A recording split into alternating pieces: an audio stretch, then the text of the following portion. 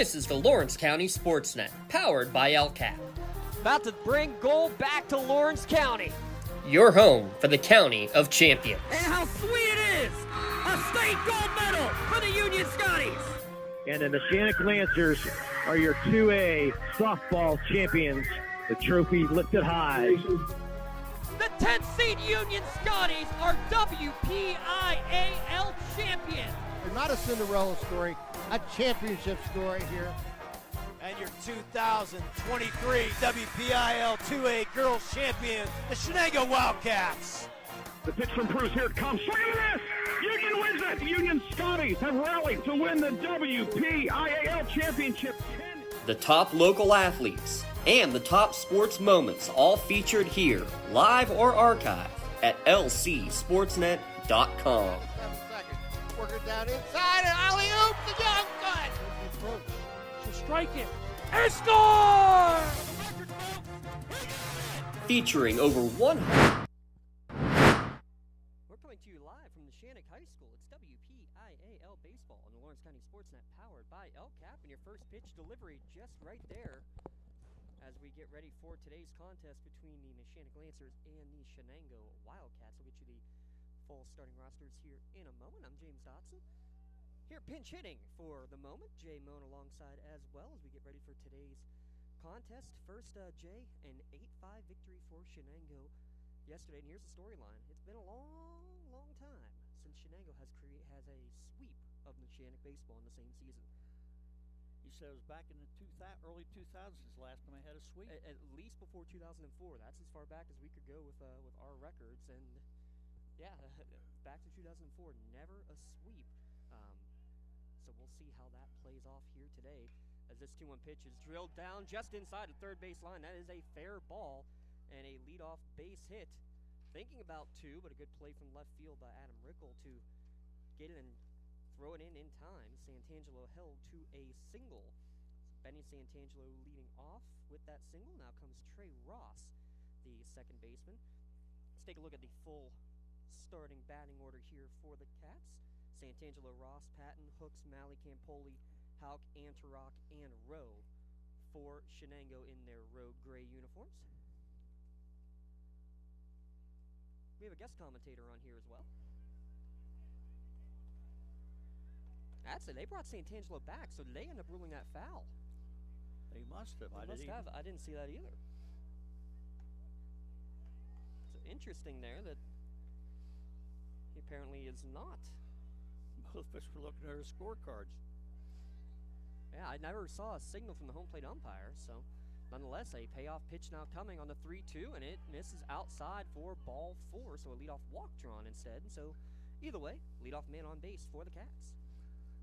That's not exactly how you want to start the game, but they'll take it. They got a base runner. Shenango with first-year head coach, and that's with an asterisk by it, in Mike Othedes. That's because this is his second stint. He was a 12-year head coach back in, from 2007 to 2018 for those 12 years, and stepped aside. He retired from teaching and got back into coaching. The lefty bunts popped up, and the freshman catcher gets it behind the plate. Throw to first base, not in time. Bang, bang play there at first. So the bunt foul out. And say hi to unfortunately, our replay cam not on tap here this afternoon. We apologize. They moved this game up by about a half an hour, so a couple of the little bugs are probably going to end up happening throughout the course of this one. Sam Patton, the left fielder, now up to bat. Breaking ball off the edge of the plate for ball 1. Your Maduro Bonner Law defensive alignment. Rickle, Cubelis, and Eakin from left to right. Valentine and Pallarino on the left side of the infield. Brigham at second. Veronese at first. Luca Mezzanotte, the freshman behind the dish who just made that last play. And Jake Rind, the junior on the mound, making his third start, 8th appearance of the season. This one's lifted towards center field. Cubelis going back, still going back at the track, diving, and does not make the catch. It's going to fall in. We didn't get a chance to talk much about it during the pregame, Jay, but that wind is blustery, and it's blowing out, much like it did yesterday at Tanner Field. I know when I was hanging the sign out there, it was blowing my sign everywhere. I'm impressed you got it up whatsoever there, Jay. Well, Cabela's actually had, I thought the ball hit his glove, it just bounced out. He made a nice play in that. He went a long ways back in that ball. Well, and that's the issue, too. I mean, you can't take anything for granted on a ball in the air. Shenango with Grayson Hooks, and maybe not a bad idea, the intentional walk will load the bases. Grayson Hooks hitting .565 on the year. Just top of the first inning, Jay, but already an intentional walk. Can't say I exactly blame them. Huh? The way he's hitting the ball, better one base than 4 or 5, or 3 or 4. Jason Malley, though, 11 RBIs for him on the year. Batting now with one down and bases loaded. Breaking ball, called strike one. A little jam for Neshannock to start this inning. Shenango had 7 of their 8 runs coming in the bottom of the 4th inning in that 8-5 victory yesterday. Breaking ball hit towards the right center gap, again giving chase. Cubelis not going to be able to get there in time. Gap shot will be extra bases. 1 run will score, 2 runs will score, and that will hold the runner at third base. A 2-run double. Cats striking quickly. That was a nice shot by Hooks in the right center field gap, and there was nothing but do for Cabela's to do is start running. Cubelis out in center field. He was the starting pitcher yesterday. Ended up suffering the loss, did the lefty. Jake Rinn came on in relief yesterday to finish off that 4th inning, and then a couple of other pitchers threw. And Rinn stayed under that 25-pitch limit, which is why he is allowed to throw here today. I wondered why they pulled him early, and now that makes sense. Yeah, whether or not it was specifically for that reason to make sure he could throw today, Jay, maybe not sure. Maybe it was just a matchup at that spot that they thought one of the other players could throw better. But nonetheless, he is now able to throw here for game 2 in the series. Count now even at 1-1. 4 out of the first 5 batters reached base so far in this inning. And just 1 down, infield playing in. Another one lifted into the air. Going back again as the wind's carrying it out, and that's going to fall over the head of Cubelis. 2 more runs will score Shenango a 4-0 lead in the top of the 1st inning. And Jay, with the ball carrying it as it is, should the outfield maybe be pushing back a little bit more, or are they already playing deep? I think he could possibly take another step or 2 back. He's probably not used to the ball going over his head with his speed, but they're definitely smacking the ball hard today. Those last 2, especially in the gap, not much that could be done. But shades of what we saw yesterday as Joe Campoli helps himself with a 2 RBI double. He had 2 ribbies yesterday, now 13 on the year. 7th batter of the inning, and Tyler Houck now coming to the plate. You have a runner at second base. Pitch runner. I didn't see who went in. It was a Castle Asphalt courtesy runner for the pitcher. We'll see if we can confirm who that is here in a moment. I can't see his number. Maybe you can. I don't have the youngest eyes in the booth, though. Ground ball towards short will advance the runner to third base. High throw at first, and does Veronese hold the bag? Yes, he does. Good stretch to retire Houck. It's number 31 who's over there at third base there, Jay. Okay. So number 31 is DJ Graham, your courtesy runner. Nice play by the shortstop to get the runner first base. It's a good play by first baseman. His foot come off the bag. He went back down and make sure he touched it. First pitch breaking ball, first strike 1 on the inside corner to Christian Anterock. Hitting under 200 on the year, but with 12 walks, Jay, how about this? He's almost 500 on the on-base percentage. A lot of walks. But he's getting on base. That's all that matters. Find a way. Catchers normally do have one of the best eyes in terms of seeing that strike zone. This one downstairs, 2-1 now the count. Didn't get a chance to introduce our umpires, by the way. Dave Greer behind the plate and Will Schaefer on the bases. 2-umpire crew as it is throughout the regular season, and already some action in the Neshannock bullpen as Denny Joseph, one of the relievers from yesterday, is up there getting loose in the early going. 3-1 now the count, and exactly the start you want if you're the visiting Cats. Exactly what you don't want as the Neshannock Lancers here at home. Yeah, and they thought the pitcher was going to have a little bit better success to start with, but so far he's pretty wild. That's ball 4. So the third walk of the inning. There was the intentional walk in there as well. And that's going to bring your LGKG consultation, your trip to the mound coming as Coach Q will go have a talk. Give a shout to our friends at Luxembourg, Garbett, Kelly, and George, keeping promises for over 90 years. And, we used to talk about Coach Kelly a lot with the Shenango team because, well, he was Coach Kelly. He was the head coach for 4 years, 3 seasons with the Shenango Wildcats. Stepped down after last season, and Coach O makes his way back, coaching at his alma mater. How about this, Jay? He he graduated from Shenango back in 1978. Basically been coaching baseball since he graduated college and his whole time at Shenango. And then steps away for a few years, but helps with the basketball team, and then ends up coming back as the coach here again for his second stint. Now that he's retired from being a teacher, so you just can't get away from the kids. He loves it. You have to have a love to coach baseball that long. 129 wins in his career. Pickoff at first base and nearly getting him over at first. Is having to hustle back quickly as another courtesy runner. That's number 4 over there. It's Ricky Ziegler. Jimmy Rowe up the bat to third baseman.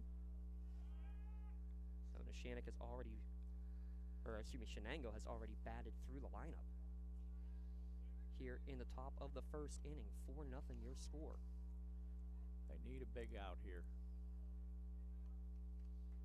And that's 4 runs on just 3 hits, but they're all extra base hits, all doubles. They're all very hard-hit balls, too. No bloops in those 3. Yeah. Especially with the way that wind is blowing. I mean, that's easily a 20-mile-an-hour sustained out there looking at the flag. As this one's lifted towards right field, out of play, 0-2 the count.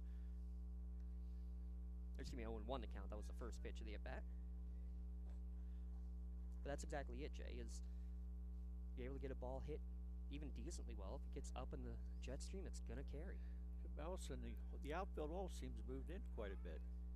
Well, 9 batter, maybe not surprising, but also, again, the way this wind is blowing really towards the left center gap.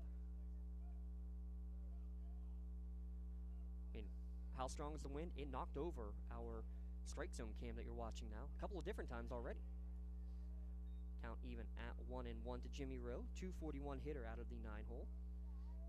Both these teams, Jay, 10 hits yesterday, so they're expecting to see a lot of runs on the board, especially for this Shenango team. How about this?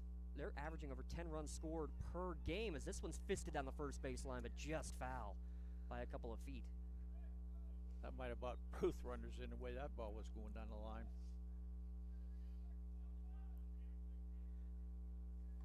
We talked about the speed that you have in the Neshannock outfield with Cubelis. I mean, Anthony Eakin, one of the fastest running backs, is only a sophomore last year. He's got some wheels on him as well. And they say Rickle's a very good left fielder too, outfielder. So a fast outfield for Neshannock, and both these teams on the base pad's pretty impressive as well. 25 stolen bases versus 35 stolen bases on the year. This one's lifted towards shallow left field, and it's going to be caught for the final out of the inning by Rickle to end the inning. But man, a big start for the Cats. 4 runs, 3 hits. There were also 3 walks. 2 runners left stranded on the bags. Shenango 4, Neshannock coming up to bat. Let's flip the script and take a look at the starting batting order for Coach Q's Neshannock Lancers. The designated hitter batting first in Cole Hutchison. Gio Valentine will be batting second. Jake Rinn, the pitcher, hits third. Dom Cubelis in center field will hit fourth. Joey Veronese hitting fifth. Palorino, Rickle, Eakin, and Mezzanot rounding out your batting order. The DH Hutchison hitting for the second baseman, A.J. Brigham. Let's flip it over to our to our Raw defensive alignment there. As you have from left to right in the outfield, Patton, Hooks, and Hauk. Rowe and Santangelo on the left side of the infield. Trey Ross second, Jason Malley at first. Christian Anerock behind the dish. Joe Campoli making his 5th start of the season, Jay. A 2-1 record, really one rough outing, hurting that earned run average on the year. The number that would concern most coaches, but I know Coach O has said, hey, he trusts in his older guys, 18 strikeouts for 21 walks. Not the greatest ratio in the world. Again, one bad performance can really throw off that ratio, especially in such a short season that you have here in high school baseball. Though we have hit the midway point somehow, some way after the nasty April that we've started with. Finally, a few days in a row that we can be playing some ball. I'll tell you what, it's been really nasty. Well, they say it's one of the worst Aprils for rain ever.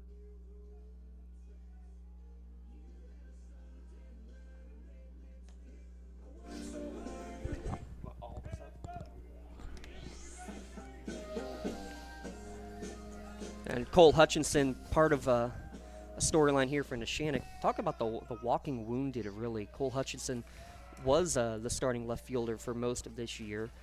He suffered a arm injury. He's out for at least a little bit.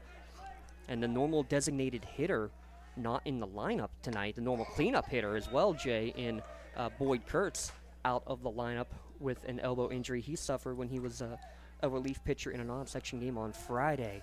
Tough to see that for a cleanup hitter, for a senior, just all the above, a tough blow for Boyd Kurtz. An elbow injury is very scary, especially at this age. Our prayers go out to anybody who's suffering those kind of injuries. I coached one as well who had an elbow injury while on the mound. Just he knew it immediately. He's like, nope, I'm done. And that's all you can hope for, is that these kids don't try to fight through a pain like that. And most of the kids these days, especially I know with both of these programs, are trained well that they're not going to be making those extra throws. They know how to take care of their arm and know that, hey, if there's pain, get me out of here. Well, the coaches also are doing a lot better job than they used to back in the day. You pitch your arm about fell off, and now there's restrictions, and they really try to make sure that they get hurt at all, you're out. Strikeout there as Hutchinson chased the breaking ball in the dirt. First strikeout of the game as Antarok threw it down to first to complete the strikeout. Gio Valentine will now come to bat.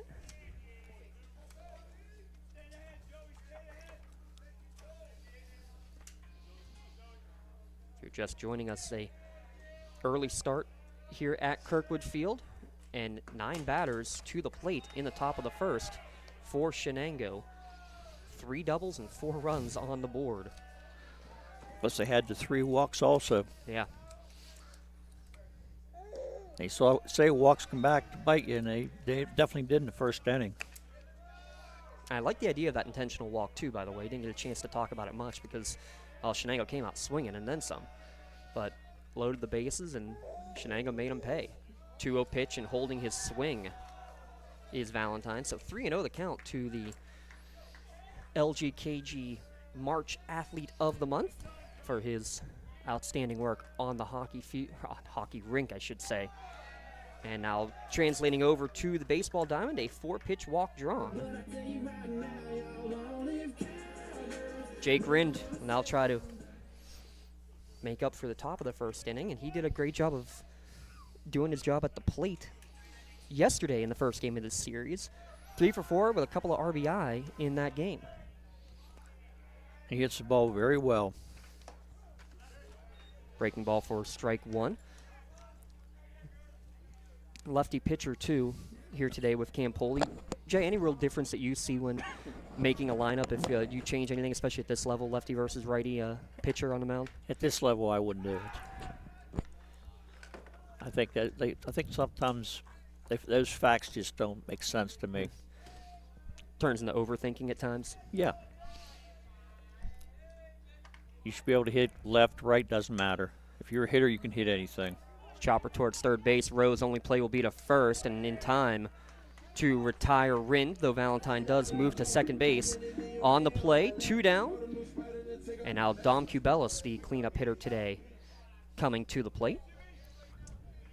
Nice strong throw from the third baseman over the first. Jimmy Rowe, the 3-point specialist come basketball season. How about this? Shenango looking for a pair of new basketball coaches. I saw that. I was surprised. After a long career, Coach McQuiston calling it quits, and I think the game plan, at least it kind of looks like, that maybe you'll see Coach Ricky LaRocco, the girls' coach, may move back to the boys' game. This one sliced on the third base line past Jimmy Rowe, and that'll be in plenty of time to allow Gio Valentine to score. Here's your first Toshiba RBI for Neshannock on their first hit of the game, and at least cut into that Shenango deficit a bit. I'm surprised with Cabela's speed that he didn't try to take second on that, because it was just laying out there in the outfield. The wet grass or the damp grass slowed it down. And again, this game moved up about a half hour just to make sure with storms coming here later in the day. Joey Veronese, only 10 official at-bats on the year, watches the first pitch upstairs for ball one. He and Adam Rickel, the two quote-unquote newbies in this batting order. Mentioned Rickel as a great outfielder throughout the course of the year, but a lot of times the player being DH'd for. Well, today he gets the swing. He's only got 4 plate appearances on the year. Cabela's is going to get to second base, and this long backstop, Jay, about 65 feet back there. Got to be careful because you could end up getting 2 bases on some of those pass balls. With the speed they have, they could do that very easily.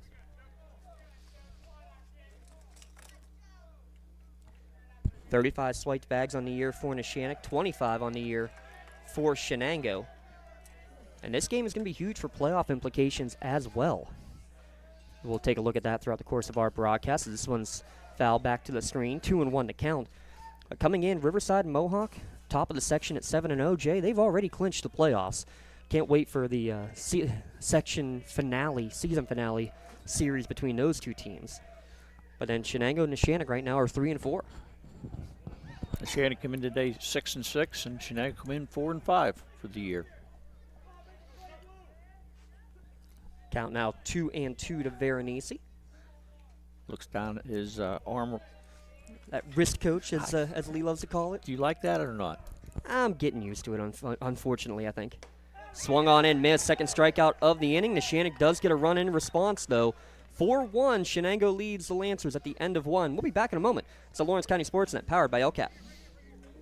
Thank you for calling AXE. Where can we take you today?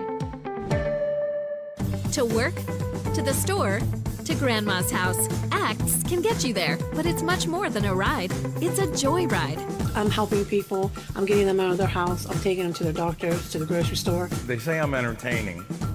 Okay, we laugh, we joke, we sing, we tell stories. They're like family to us. Even if it's the same day, to schedule your joyride, call AXE today. When it comes to shopping for insurance, there are thousands of options out there. MVP Insurance proactively shops and compares your policies to find the best coverage and rate.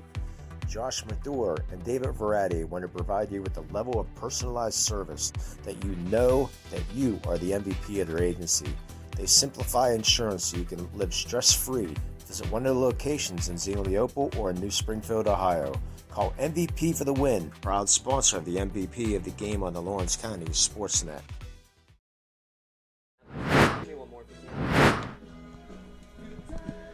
4-1 after the end of the first inning, Jay. We talked about 10 hits each yesterday. Not surprised to be seeing a multitude of runs on the board. And also, it's day 2 of a series. You're going to have your second, third, fourth options at best really available, you would think, for both of these teams. I never had a chance to ask you how you feel about this back-to-back game scenario with what the WPIAL did a few years ago. I like it because that makes a chance. You get a superstar pitcher, you don't have a chance. This way, you have to see what you have other than the star pitcher. I remember explaining with my students a few years ago, my senior year. I think we had 6 opponents in our section. One of them Summit Academy, so that one doesn't count. So really, that's true. So really 5 opponents. And I think, 5 opponents, I think we've had 6 different starting pitchers against us. That means that 4 of the 5 teams pitched the same guy both games against us. That's what you're trying to avoid. I mean, now it's back in 2008. Coincidentally, the second year of Coach Mike Othedes here at Shenango. It's the top of the order in the top of the second inning. Santangelo, Ross, and Patton. Santangelo started the game off with a walk and then came around to score.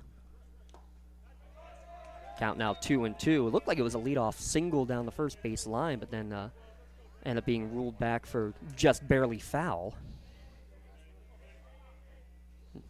Nonetheless, Shenango ended up with 3 doubles there in that inning. Strike 3, swing and a miss. First strikeout, and I love that from Rin coming back, Jay, after a rough first inning, saying, hey, I'm going to compete. Let's go. That's right.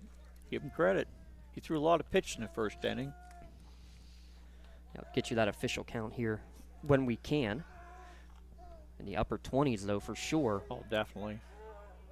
Our count says 29 at the moment. That is an unofficial count for now.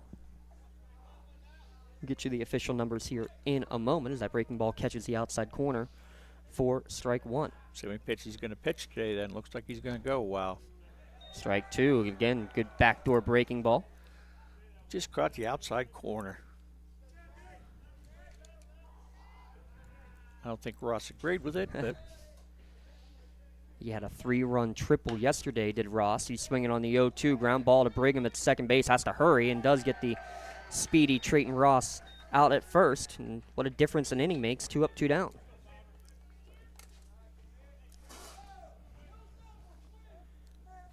You can hear Coach Q all the way up here, Jay, saying no doubles, no doubles. And that outfield's probably about to go play as deep as they have all year. oh, they moved back. They did this time. They might have learned a lesson in the first inning. Well, Sam Patton had one of those 3 doubles in the top of the first inning. His to dead center field, swinging a miss at a breaking ball here for strike one. Dimensions here, 325 down the lines, 350 in the power alleys, and 375 to dead center, which means his ball probably landed about 350 or 370, I should say. Frozen on a fastball for strike two, so Rind again quickly up 0-2. Looks like he's mixing his pitches up a little bit different than he did in the first inning. The 0-2. Ground ball back at the middle, right at Rind. Casually flips it to first, a little low. And maybe a little too casual for the coach's liking, but it's a 1-2-3 inning nonetheless.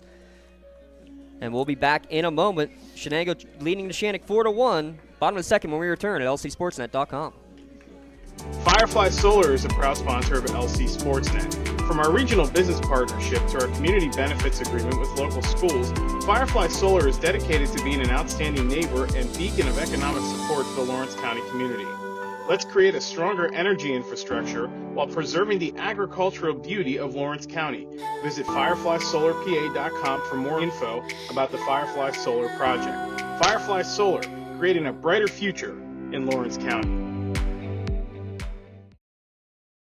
Castle Asphalt and Construction is driven to provide quality, cost-efficient pavement-related services to Western Pennsylvania. Every paving or construction service at Castle Asphalt begins with a thorough site inspection of the area to allow their team of professionals to become familiar with the unique conditions of your home or business. Once the site inspection is complete, Castle Asphalt provides you with a detailed plan of the design, cost, materials, and time of completion, so you know exactly what to expect during your construction. Visit castleasphalt.com to request a quote for your next project and make your dream design come to fruition. Does your blueprint not match the vision of your building project?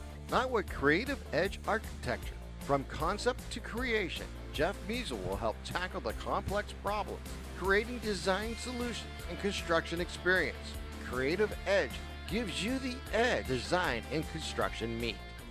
Batters in the bottom of the second. Ballerino, Rickle, and Eakin, yes, to start off here, the bottom of the second, the 6, 7, 8 hitters for Neshannock, trailing 4-1. Shenango put up a 4 spot in the top of the first inning. Shenango, Jay, they're no strangers to high-scoring affairs on the year. I saw they had 21 in one game. Yeah, 21-12. That was a section game, and no, that wasn't against a Beaver Falls. Beaver Falls, unfortunately, barely able to field a team this year. But 21-12 was in Game 2 against Quaker Valley. Quaker Valley, I heard, ran out of pitching, but that was a game that Shenango was on the brink of getting 10-run ruled themselves, Jay. They were down at one point 11-3 and came all the way back and won 21-12 in that one as Palorino strikes out for the first out of the inning. Campoli dealing here, 3 strikeouts to start the game. He's moving the ball around well. First pitch swinging on the breaking ball is Adam Rickle, the junior left fielder, just his 5th plate appearance on the year. 0 for 3 going into today with a walk. More action in the Neshannock bullpen. Now Gio Valentine getting loose. Ground ball right side, taken on a couple of hops there by Ross at second on the first for the second out of the inning. So after a multitude of hits and 5 runs put on the board, we've now got 5 straight putouts here in the second. I think it's what Neshannock was hoping for to start the game.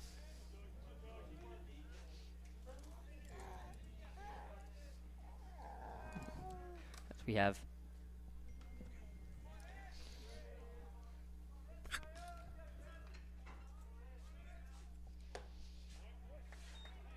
have some fresh faces up here in the box, Jay. We're trying to teach them young. I got the little guy up here with me, learning the ropes. 1-1 now the count to Anthony Eakin. He was an all-conference member of the football team as a sophomore for Neshannock. By the way, I heard the all-state basketball teams will be announced tomorrow at noon, so stay tuned. A couple of Lawrence County players with a chance to maybe make, I think they announced first, second, and third team for the all-state hoops. I imagine Joe Ross going to be up there for something. He's definitely got a chance. 3-0 pitch, right down Broadway for strike one. I believe Stanley, too, for Union. Union should be another one. A couple of Mohawk players, I think, have a pretty good chance, yeah. too, right? That Mohawk program, what an incredible senior class that they've had, but they've not been able to get that medal, Jay. A silver medal in baseball a couple of years ago, but that's it. Could this year be the year? I thought they was going to make it at least out to states in the basketball, but just one step short. I ran into a buzzsaw in Girard, and that Girard and Warren combo in District 10 last year, or this year, I should say, were absolutely insane. Count now full here to Anthony Eakin. He's got the only home run on the year against Mohawk, by the way. And he lines this one right back up the middle, and sticking the glove out is Joe Campoli to make the catch for the third out of the inning, and an early Maley Chiropractic Play of the Game nomination, Jay. I'll tell you what, he took that. It was right at him. He had the glove out. He didn't hardly have to move it. We played 2. Shenango 4, Neshannock 1. We'll be back in a moment on Lawrence County SportsNet. It's powered by LCAT. In workers' compensation, my clients are oftentimes not receiving their wage loss. They're not receiving their medical expenses. LGKG, they come to us so that we can put them in a position to pay their bills. If we're keeping our promises, our clients are getting the justice they deserve. Right now, someone very special needs your help. This is Jack Lynn, CEO of City Rescue Mission. No one is beyond God's love and care. One person's life can affect another. Though you may never meet this person, you can make a difference in his or her life. Hurting men and women in our community desperately need food, shelter, and physical and spiritual care. Some are struggling with abuse and addiction. They feel alone, unloved, and forgotten. Individual, caring people provide their hope. You can help change the lives of men, women, and children. Visit cityrescuemission.org and help us today. Contractors, the Department of Healthy Homes needs you. From small to large residential projects, you can help families live safer and healthier with the quality work you do. It's rewarding in more ways than one. Call LCAP's Department of Healthy Homes today.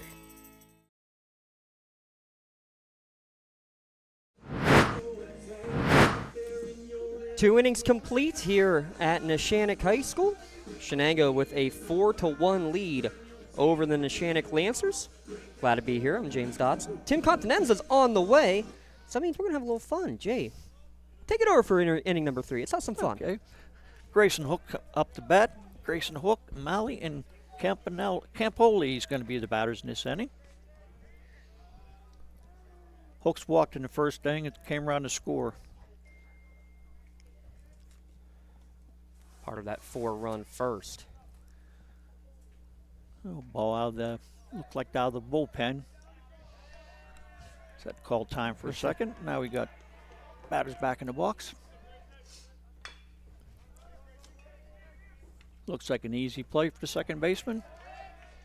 Brigham able to get it, though. Not the easiest play, actually, Jay. It's because of, again, the speed from the Shenango lineup. I know it's a cleanup hitter, but that's your center fielder who's the cleanup hitter. That's it for both teams. Interesting center fielder speed and power in the cleanup spot. Maley up the bat. He had a big double in the first time at bat. Drove in a run. First pitch for strike one. Actually, yeah, that was a 2-run double. That brought in the first 2 runs. Did that big swing from Malley.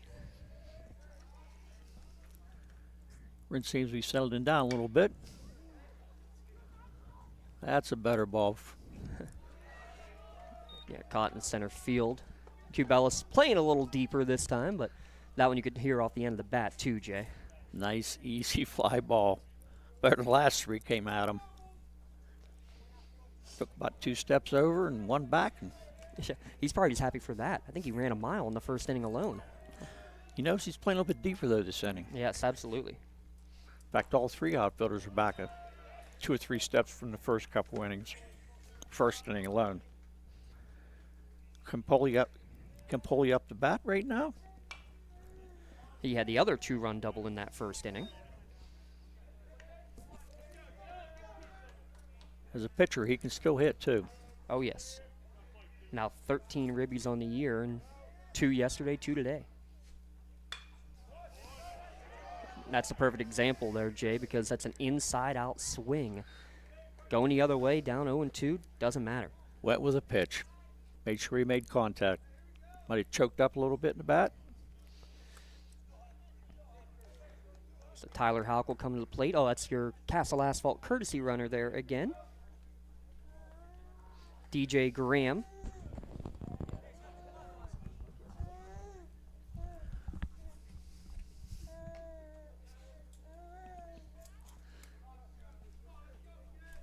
See what Wren has in mind to throw to him. 2 outs, runner in first right now.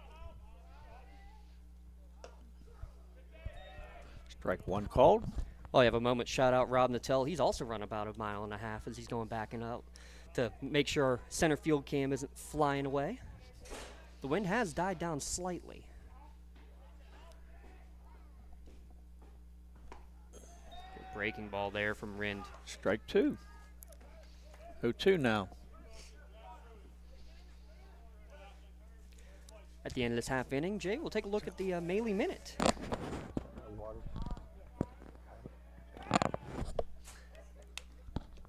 Throw over and just back in time over at first base was the courtesy runner Graham. It's only about half a step off, so it wasn't that close. Let's keep close, though, with the speed that he has. Oh, yeah. Especially 0-2, you never know what Coach O and company might have on. Gonna have to hurry. Again, what a stretch at first base. Veronese able to hold the bag to get the final out of the inning. Wasn't sure if he's going to get that or not. Nice play by the first baseman. Score remains 4-1. It's time for the Maley Minute, so time to put me on the clock, Jay. We'll take a look at what's going on in the softball world. Let's take a look at just what's going on today. Shenango hosts, or at Laurel, excuse me. That game was scheduled to start at 5 o'clock. We'll see if that is still the case or not, if that game may have moved up in the time for when it is scheduled to begin. The other game going on today, Union is at Southside, and up in District 10, Wilmington hosting Reynolds. Neshannock still undefeated at the top of that section featuring Laurel and Shenango. That's a big game today, though, for second place between the Cats and the Spartans. How about Neshannock's Addie Fry last week? Played Laurel twice, got a perfect game, and in game 2 hit a home run that I'm pretty sure still hasn't landed. Had to go about 460 feet, and I'm not exaggerating. The wind was blowing out kind of similar to this, which helped, but it was a blast and a half. You'll have to ask him about that once he makes his way up here. I see him walking in through here now. Perfect timing. Yeah, he doing the yeoman's duties for us as well, working as we try to get everybody to these games. This game, again, was moved up about a half hour with the impending weather. Wanted to make sure they got it in before any of the rain hit. So we're scrambling, getting our equipment. Again, shout out Rob Nattell, Matt Flannery. They're doing the production work and working it like a charm. And again, Tim Continenza coming straight from work. Jay Moan taking over the duties here. I'm playing with the kids, and I'm going to be giving the mic over here in a moment to Tim and saying so long. So right now we have Luca Mazzanotti, A.J. Brigham, and Cole Hutchison and Gino Valentine. Gianovi Valentine to bat. Mezzanot taking strike 1. We've seen both Mezzanot and Hunter Wilson kind of splitting catcher duties over the course of this year, and we've seen both of them playing out in the field at other places as well. Another good pitch by Campoli, Strikeout number 4 already for Joe. That's now 5 in a row that he has retired, but now top of the order with Hutchison. Hutchison takes a strike to start the inning. or start the at bat. Now next pitch. These are all updated, isn't it? So you can just go back and use this the whole time? Yeah.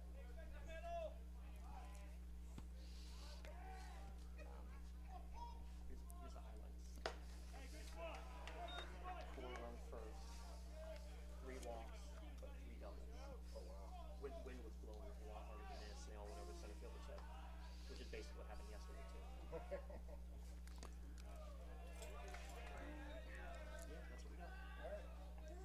2 balls and 2 strikes to the batter. Well, hello, Jay. How are you today? Not bad, Tim. How are you doing? Yeah, I've made it. I see that. I'm in the middle of the 3rd inning. Not too bad. I saw you walking in. You have a good day at work? A long day. But who doesn't have that, right? Oh, I don't have long days. I'm retired. 3-2 count to the batter. Hutchison. Grounded foul. Down to third base.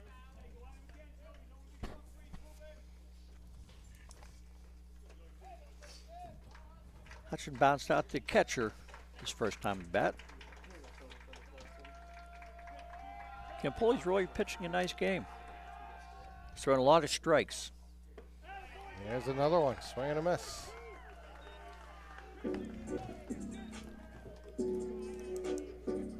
That Campoli's 5th strikeout of the game so far. He said his average wasn't too good, strikeout to walk ratio, but today he's thrown a lot of strikes. Seems like his breaking pitch is really working well today.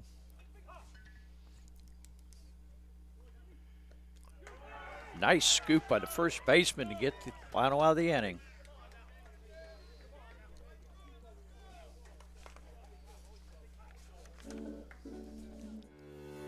For 20 years, Melee Chiropractic has treated athletes of all ages to help them get safely back to the top of their game. Melee Chiropractic has 3 full-time doctors in their office, and all 3 are former area athletes who have had to battle injuries throughout their careers. They want to help you get safely back on your feet.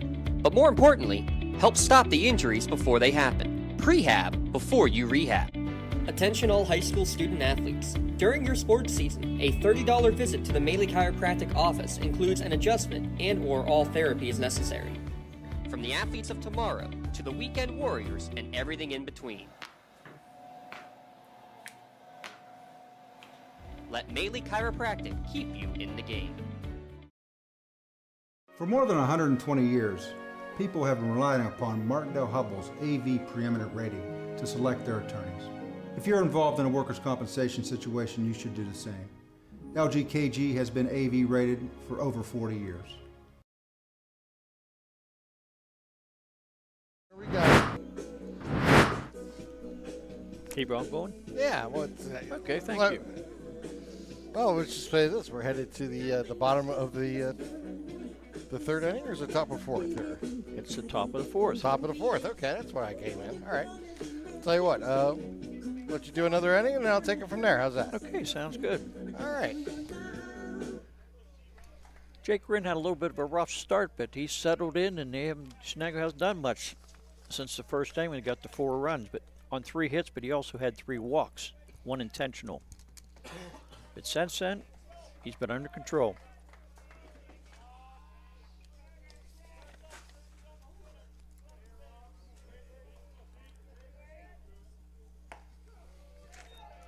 First pitch is for a strike to Kristen Anarock. I hear the coach is yelling, "Go Rock," must be his nickname. Batter steps out, back in the batter's box.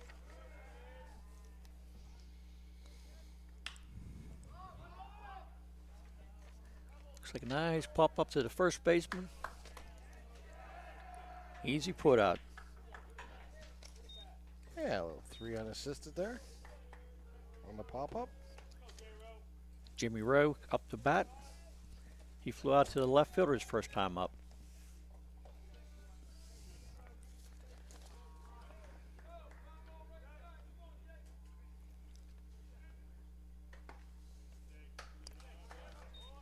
Strike one to the batter, Jimmy Rowe. The difference between Wren in the first inning and this inning has been just a lot different. I think he's changed up his pitching. I think he was relying too much on his fastball the first inning, and then they, as I said, he seemed to settle down nicely got the pop up here to Annarok, and then Rowe, a little ground out to short. Should be a quick inning, hopefully a quick inning for him. I guess he pitched yesterday, but he was underneath the pitches, so he's able to pitch today, too.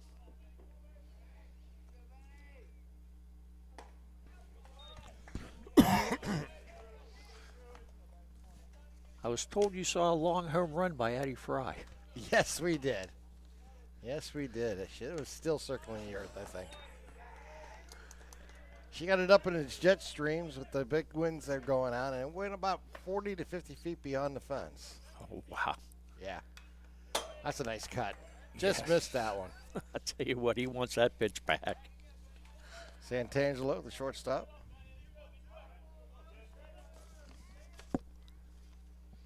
He struck out his last time up. Had a walk the first time in the batter's box. Yeah, he's going to go down looking here to end the inning.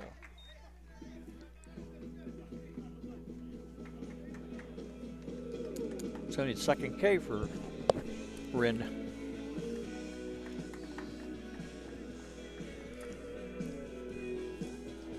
At Medore Bonner Law, we're more than just attorneys. We're your community partners. With a combined experience that spans decades, attorneys Jason Medore, Michael Bonner, and Greg Rossitelli are your trusted advisors for all legal matters. From personal injury to estate planning, business law to family disputes, we are here to guide you through every step of the legal process. Our full-service, community-based approach ensures that you're not just a client, but a valued member of our family. Give us a call or visit us online at MedoreBonnerLaw.com for more information. When you're looking for quality concrete services, contact the experienced professionals at Doran Concrete. Our company is family, locally owned and operated, and has been serving the community for over 30 years.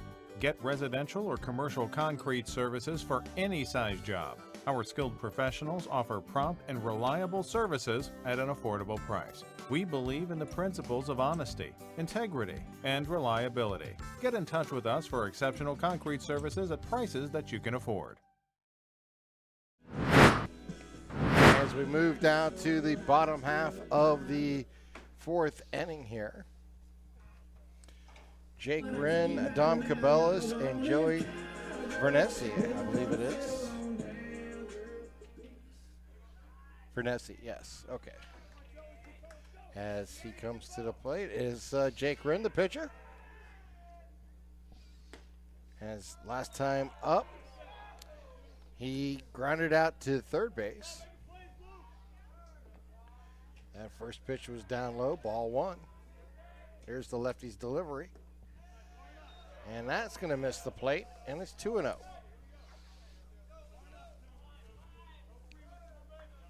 Kempoli rocks and throws.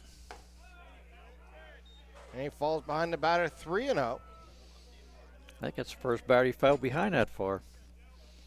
He's been throwing some strikes. 5 Ks in the early going. Well, take a 4-pitch walk.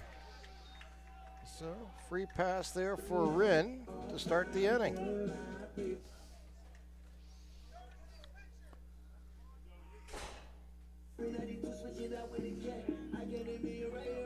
Dom Cabellas, center fielder, got a base hit in his first at-bat.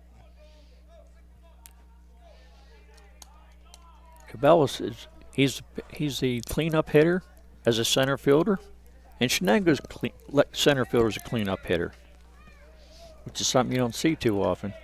So Wren takes his lead, and there's the one on the outside corner there for Kempoli.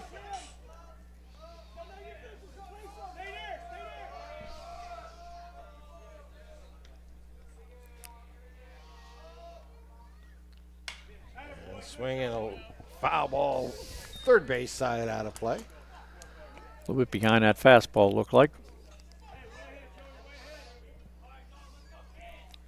Don Cabellas, a junior. Going to throw over to first. He can get back safely. Is Jake Wren. A little bit closer of a throw that time. I just want to try to keep him active. Make sure he knows where he's at. He has a little bit of speed. Here's the pitch. And ground ball, first base side, foul. Nice play by the first base coach. Looks like he's played ball before. He knew exactly what to do with it. So Wren takes his lead from first. The lefty checks on him and walks and throws. And it's going to be outside. That makes it 1 ball, 2 strikes. I don't think Shenango agreed with that call, but Neshannock liked it. Here's the pitch. Foul straight back. We'll do it again. 1 ball, 2 strikes. Good hit, good cut by Cabela's. Just didn't make complete contact on it. Fouled it back.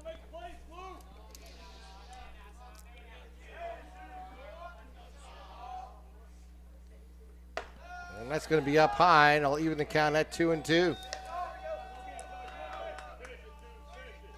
Went a little inside, too. It looked like he had him was reaching back. Throw over to first. Wren's back safely.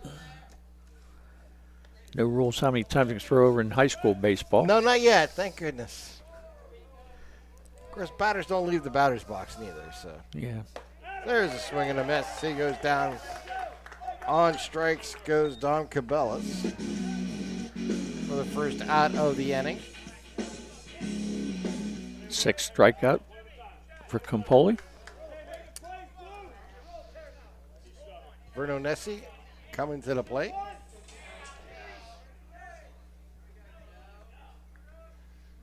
So the righty waits for the delivery, and it's going to be outside, ball 1. I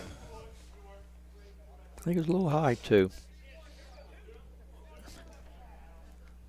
Neither team has a lot of home run power. I think each team's only had 1 homer in the year. So Wren takes his lead at first.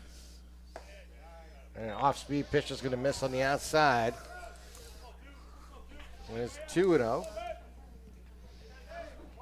Wren reached on a 4-pitch walk. Cabela struck out looking. And the count now moves to 2 balls, 2 strikes. Or 2 balls, 1 strike, excuse me. 2 balls, yes. Here's the pitch.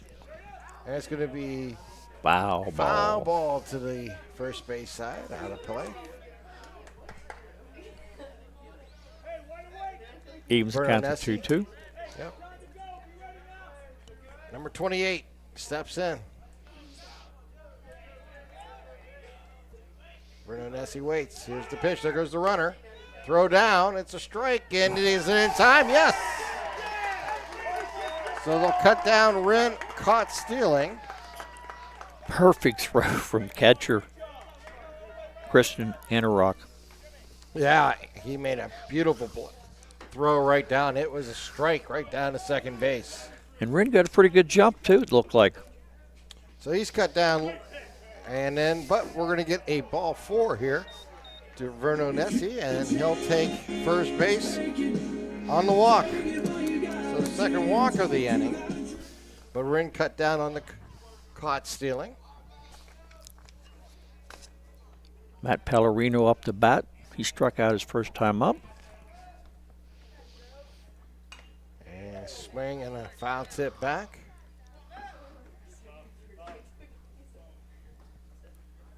Looked like the catcher might took a little bit that off the hand. He's all right. Catchers are tough. Oh, yeah. Umpire taking good care of him, went out and delivered the ball to the pitcher to give him some extra time. He'll check on him now. Make sure he's all right.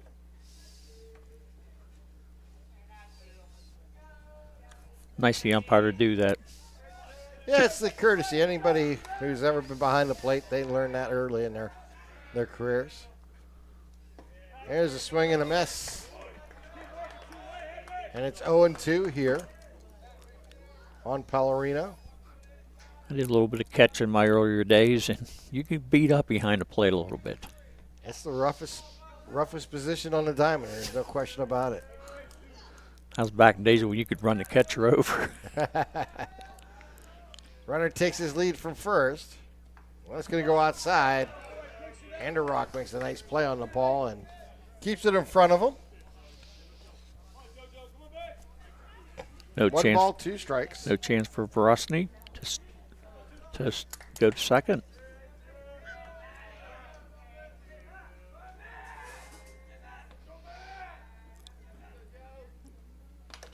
And swing and a foul straight back. Matter of fact, that might have been right off the helmet of the catcher. I think it was. Yep. Heard a click, click. Like I said, catcher just shook his head a little bit. He's back waiting for the next pitch. Runner takes his lead, and it's a little flare out into right, and it's going to fall and die there, and runners will move up 1 base. On the base hit there by Pellerino. Wasn't a hard hit ball, but it did the job. Out in no man's land. Hit them where they ain't. With that wet grass or damp grass, didn't go too far. It's not. Just sort of laid a there. little flare like that is gonna die once it hits the earth. There's no question about it. Adam Rickle up the bat. Yeah, Rickle waits for the lefty's delivery on the outside corner. Strike 1. 2 down here in the bottom of the 4th. Neshannock trailing 4-1. But they got 2 runners on. And a big swing and a cut. And it's now 0-2 on the count. Rickle last time up grounded out to second base.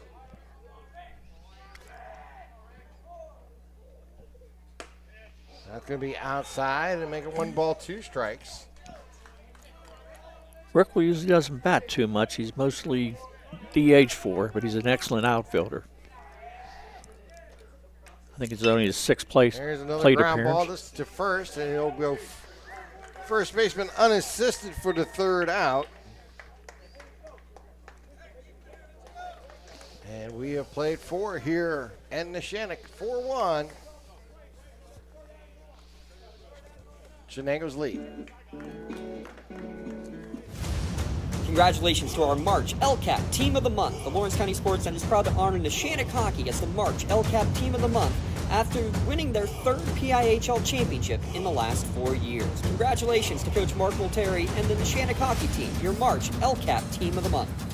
Lawrence County SportsNet is proud to honor Giovanni Valentine of Neshannock Hockey as the March LGKG Male Athlete of the Month after leading the Lancers to a PIHL championship.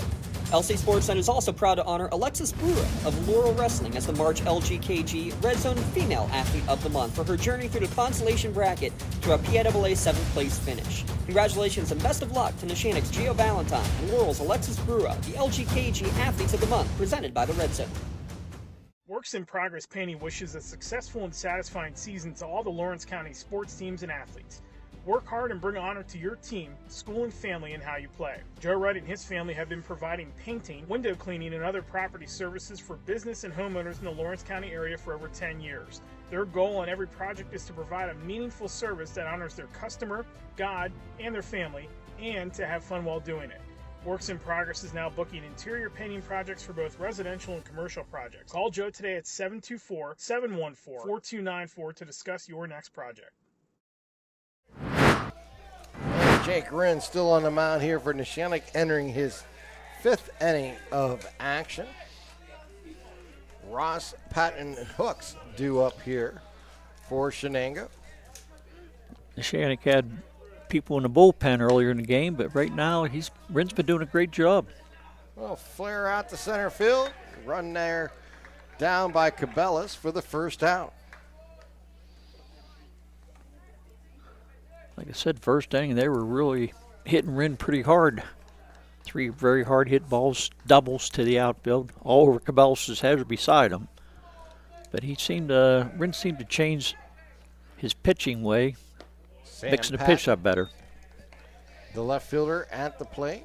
He doubled in the first inning and went 1-3 in the second inning. Ground ball, third base side, foul. 1 ball, 1 strike. Shenango batted around in the first inning. And you've had 1 hit since the first inning, too. And that's up high.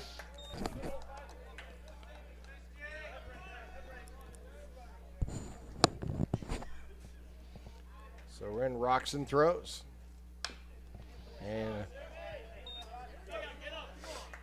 get a little piece of that one with Sam Patton. And it'll stay 2 balls, 2 strikes here. The righty from the first base side of the mound. Will be outside. Full count. 3 balls, 2 strikes. 1 down here in the top of the 5th. See what Jake throws this time. And it's going to be outside, ball 4. So we'll get the free pass on the walk. And I'll bring up Grayson Hooks, the center fielder. He walked intentionally in the first and grounded out to second base in the third inning. So runner takes his lead at first. Here's the pitch. Outside. Ball 1 here. Grayson was 3 for 4 in yesterday's game.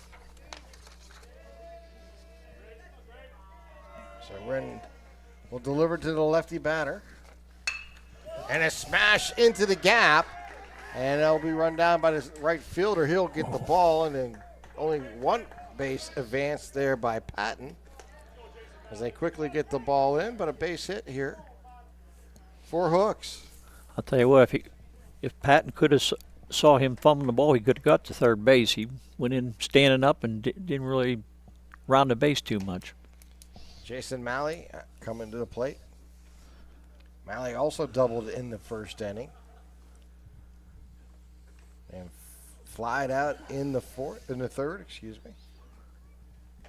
And we're going to have a little meeting at the mound. I don't know if they're going to change pitchers or not because they didn't have anybody warming up. I think you'd want somebody to warm up instead of putting somebody in. No, this is probably more to just talk a little strategy here and settle him down a little bit. Oh, I see somebody warming up behind the dugout there.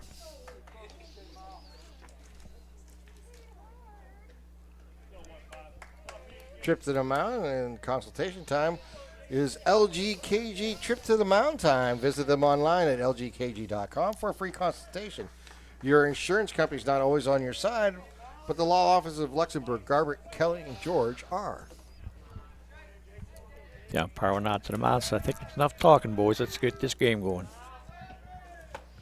Here's the pitch. And there's the strike. See? Settle them down. Yes. Kind of talk a little mechanics maybe. So runners at first and second. 1 down here in the top of the 5th. The play on, and the runners gets back to second base. So Wren will hold on to the ball. Second baseman tried to sneak in behind him, but he saw it happening the whole time. So Wren checks on the runners. Here's the pitch. And it's popped up foul behind us. And the count will go to no balls, 2 strikes here with 1 down. 2 runners on here in the top of the 5th.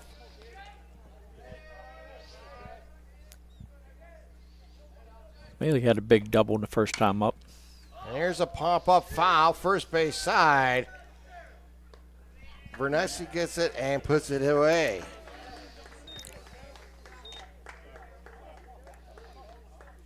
Big second out by Wren.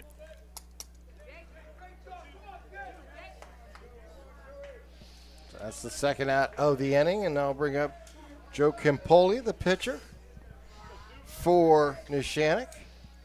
He's 2 for 2 so far. He had a big double in the first inning and another single in the third inning. And that pitch will go outside, ball 1.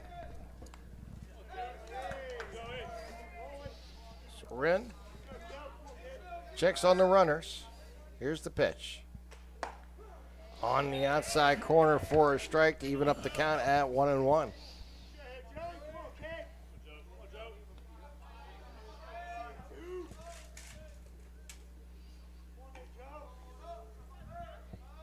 Here's the pitch. He'll serve it to center field, but Cambelis is there, and he'll make the catch. And I'll end the inning on the fly out to center field. We've played 4.5 here at Neshannock, with Shenango leading 4-1. You're watching LC SportsNet, powered by LCAP.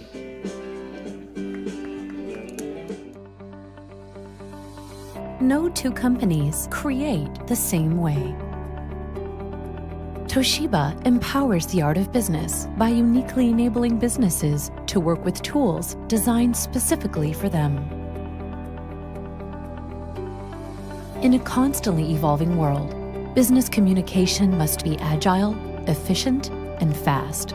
Toshiba is the company that helps you manage it all, from paper to digital to screen and back again. Toshiba, empowering the art of business. For more than 120 years, people have relied on Martindale-Hubbell's preeminent rating to select their attorneys. If you've been involved in an automobile accident, you should do the same. At LGKG, we have been preeminently rated for over 40 years. We go to the bottom of the 5th inning. Joe Campoli stays on the mound here for Shenango. He has a 4-1 lead, and Anthony Aikens, Luca, was it Mezzanotte? Let me see how you say it. Go ahead and say it. Maisonot. Maisonot. Oh, okay. And Hutchinson due up.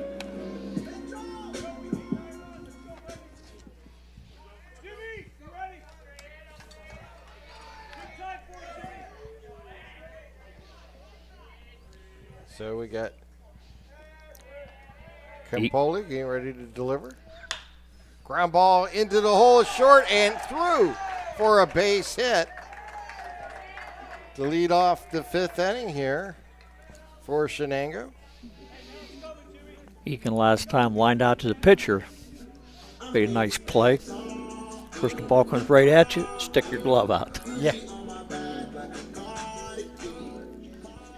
So I get the leadoff hit in Aiken, and they'll bring up Maisonot. Maisonot, yeah.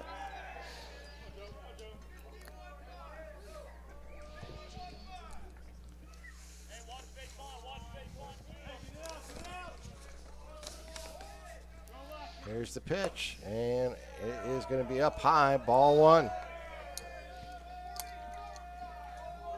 Lucas struck out his first time up. So Eakin takes his lead, and he'll dance off first as the pitch goes inside, ball 2.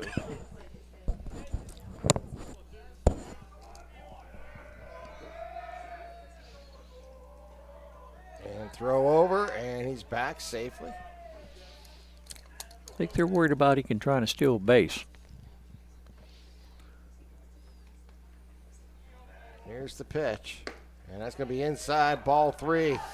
So Campoli falling behind Maisonot, who struck out in the 3rd. Eakin takes his lead. Here's the pitch, and he'll take a 4-pitch walk. And quickly here, Neshannock has something going with 2 on with nobody out here at the bottom of the 5th. Looks like the coach is coming out to talk to the pitcher. Yeah. I didn't see anybody warming up. We got a courtesy runner coming on. Number 8, you have that? For Neshannock. I don't have an 8 in my roster. Let me see here. Must not be 8.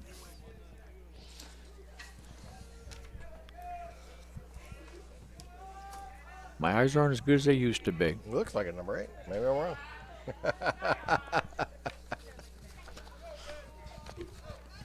Oh, well, we have a courtesy runner at first, and that courtesy runner is brought to you by Castle Asphalt, providing commercial and residential asphalt paving, commercial site work, and commercial line striping.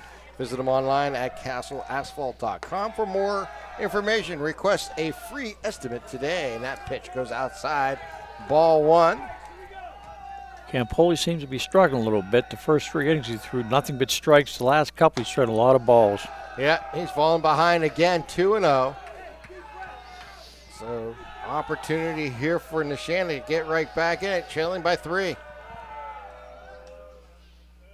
That's going to find the strike zone and make it 2 balls, 1 strike. I think that was a good take by Hutchison. Hutchison's the DH. He struck out in the first and struck out in the third. But this time he has 2 runners on. He'll square the bunt, and he'll get it down, and he'll go foul. And it'll be 2 balls, 2 strikes now. Let's see if they keep that bunt on. I don't think they will. They don't do that too much. Usually when you get 2 strikes, you're back to swinging away. Of course, it could make me look like I don't know what I'm talking about. Here's the pitch. And it hits him. He'll take his base on the hit batter. So we've had 3 different ways to get on base here for Neshannock with a base hit, base on ball, and a hit by pitch. And we got the bases loaded. See if the coach comes out. Nope, not yet. And I'll bring up Gio Valentine. Gio will bat from the right side. Bases full of Lancers. They trail by 3. Nobody out here in the bottom of the 5th. Campoli's pitch gets past the catcher. Here comes the run. He'll in, and runners will advance another 90 feet. And they cut the lead down by 1. It's now 4-2 on the wild pitch. All this happening with 1 hit. So Masonot now at third. Hutchison at second. Still nobody out. That pitch is up high. So Joe Campoli running into a little problems here in the bottom of the 5th. The lefty delivers. Up high, and it's 3-0. Kind of lost the strike zone in this inning. Gave up that base hit. He gave up a walk and a hit by batter, and then a wild pitch. And another walk. I think this is the end for Mr. Campoli. Yep, this is the second visit, so I believe we will have a pitching change coming up here. Let's double check.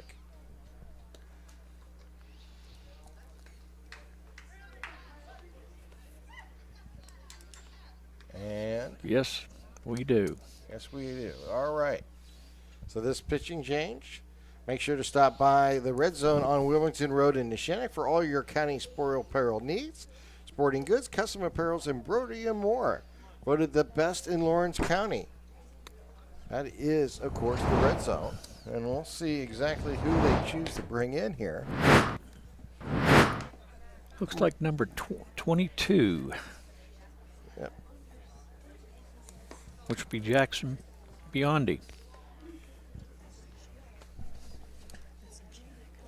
Oh. I'm wrong there.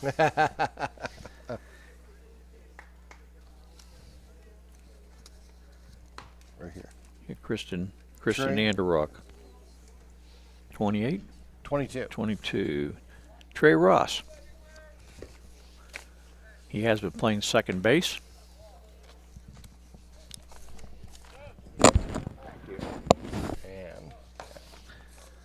And Campoli will go out to second base. They'll just switch positions, I believe. Let me double check here.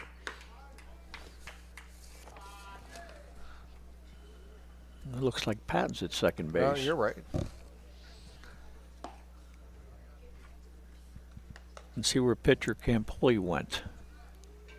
Looks like he's going to left field. Yep, he's going to left field. Yep. Patton's at second. Try to get the rest of the infield here. Trey Ross moves to the pitching mound. He inherits a tough situation. Bases are loaded, nobody out here in the bottom of the fifth. 1 run already in here for Neshannock as they now trail 4-2. The sidearm pitch, and it's a ground ball to short. This could be 2. There's 1. Throw across, and time. Nope. No, safe at first base, but a run scores. So the fielder choice will cut down the runner at second.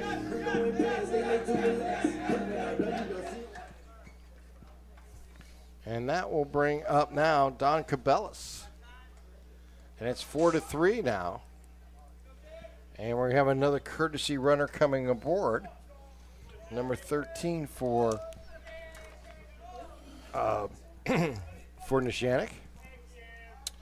Castle Asphalt and Constructions knows the importance of making good impressions, no matter how elegant your home feels or office may be. Matching it with a poor surface can make your friends and potential clients regret making the trip. That first pitch is a strike, strike. Makes it 0-1 on that foul ball. Tom digs in from the left side. He swings and he pops it up center field. He's on the move. It might fall in between them. It does. This could score the tying run. And the leading run gets all the way to third base. They move first to third.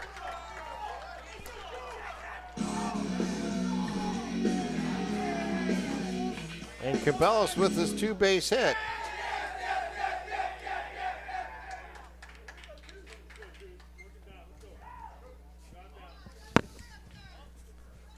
And now we have a brand new ball game tying at 4. Still only 1 down here for Neshannock.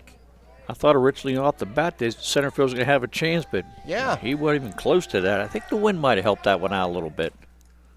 That goes outside. Ball 1.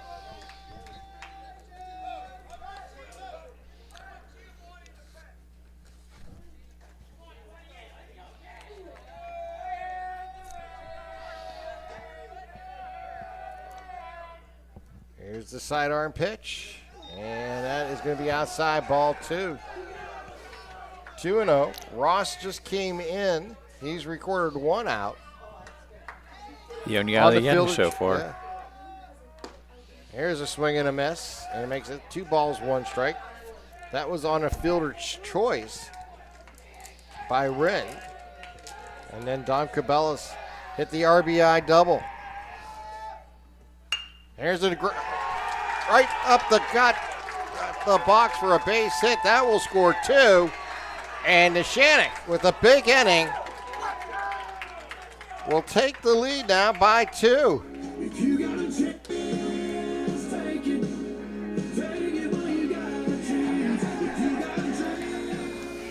And Joey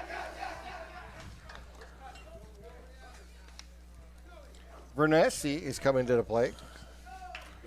Looks like there might be another pitching change. Yeah, and I think we are.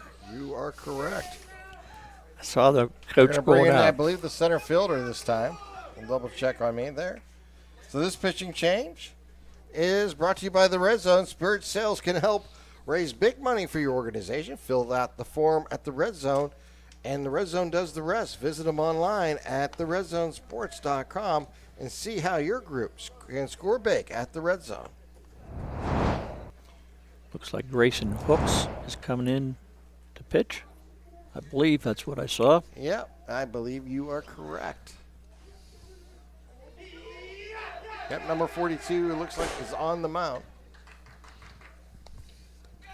It is. So he'll take over, and he'll be the 3rd pitcher of the inning.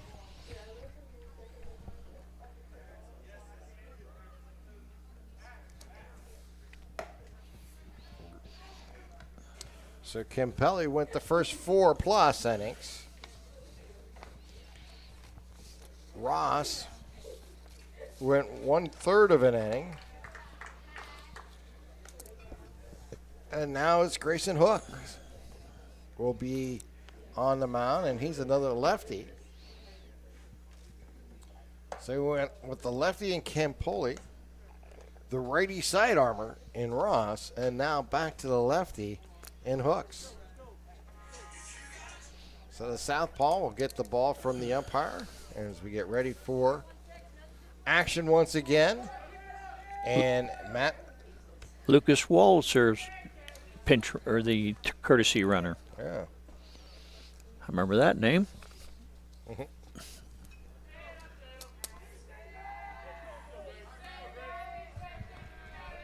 See where I can't tell the numbers for the rest of the positions. The center fielder, I'm not sure who's playing center now. Here's the pitch.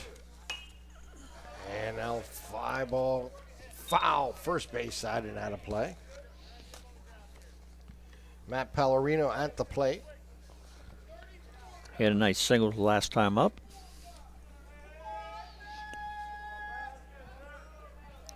So Walzer takes his lead. Now we'll scoot back.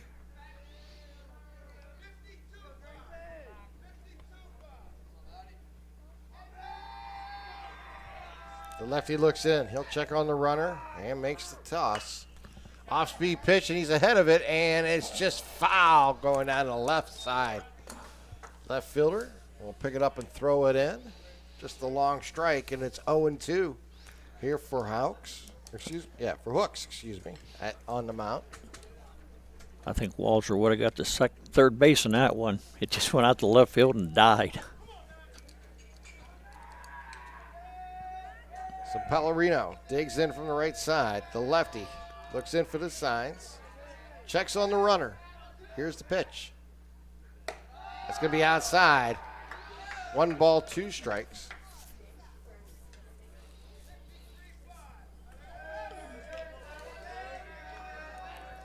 So Walzer takes his lead from first as the courtesy runner. He takes off, and the pitch is going to be in the dirt. No play on the stolen base.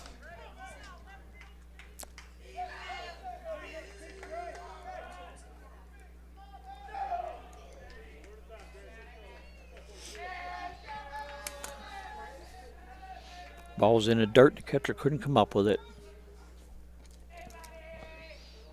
Here's the pitch, and it's another foul straight back. Big inning here for Neshannock, as they have scored 5 times here, and there's still only 1 out in the inning.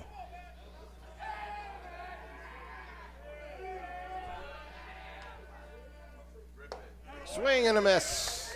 Pallarino goes down on strikes for the second out of the inning.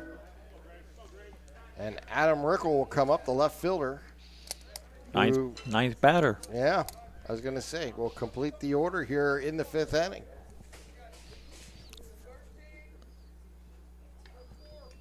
He did not play yesterday. He grounded out to second in the 2nd inning, and he popped out to the first baseman in the 4th inning.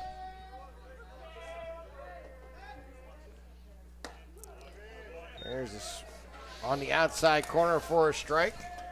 Looked like a little bit of a changeup of some sort. I think I could hit that ball. So Rickle steps in from the right side. The lefty looks and delivers. Gets a nice swing and a miss.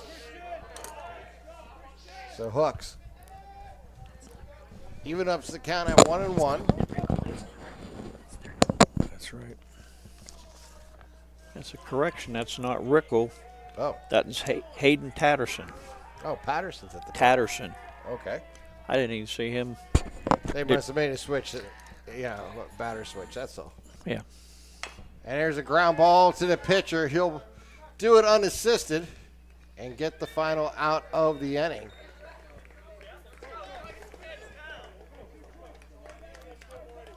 So we have played 5, but it's a big 5th inning here for Neshannock. They score 5 to take the lead 6-4. You're watching LC SportsNet, powered by LCAP. Tired of gasoline costs? Why drive? Let the Newcastle Transit Authority take you where you want to go.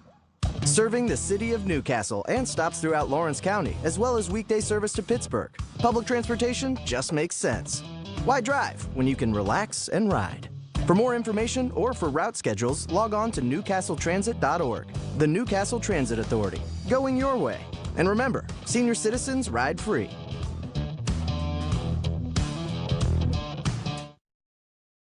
Firefly Solar is a proud sponsor of LC SportsNet. From our regional business partnership to our community benefits agreement with local schools, Firefly Solar is dedicated to being an outstanding neighbor and beacon of economic support for the Lawrence County community.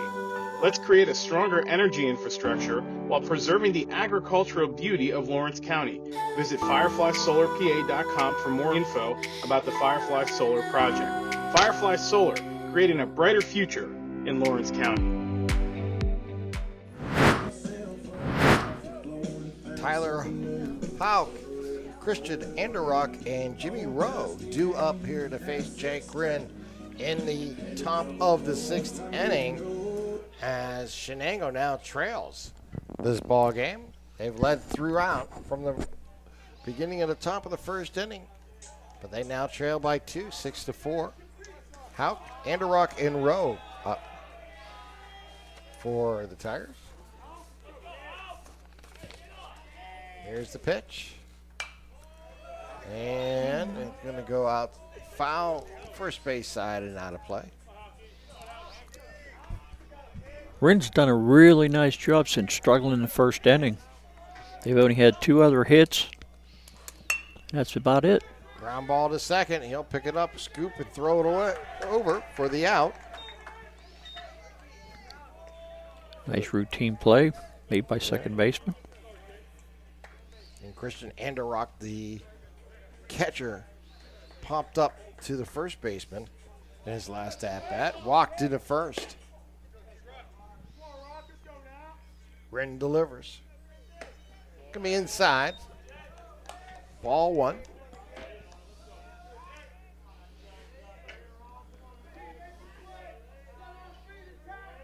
Here's the pitch. Foul straight back to even up the count at 1-1.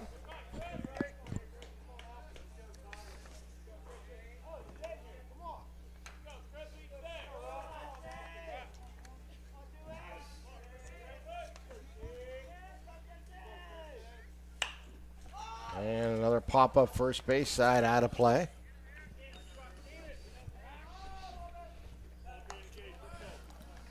So Jake Wren ahead of the batter, 1 ball, 2 strikes.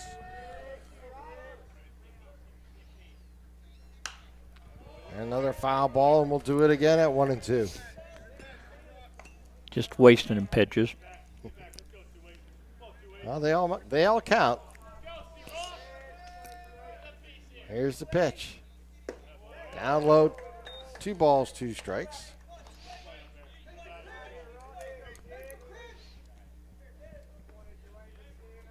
Wren rocks and delivers. And that's going to be inside, ball 3. So, full count, 3 balls, 2 strikes, 1 down here. Nobody on here for Shenango. Here's the pitch from Wren. And that'll be into the hole between third and short for a base hit. So Christian Anderock gets back on base. This time via a base hit. Nice hard single in the hole between first or third and shortstop. Jimmy Rowe, the third baseman, flied out in the 1st inning and grounded out to short in the 4th inning. Comes to the plate with 1 on and 1 down.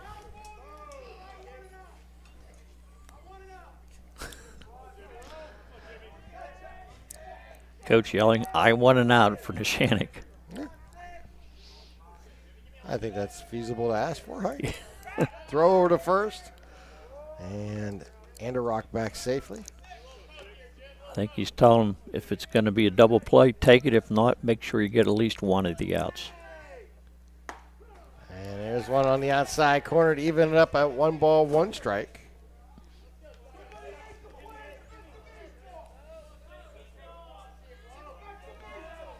Wren looks in. Checks on the runner. Here's the dish. And it's going to be outside. 2 balls, 1 strike.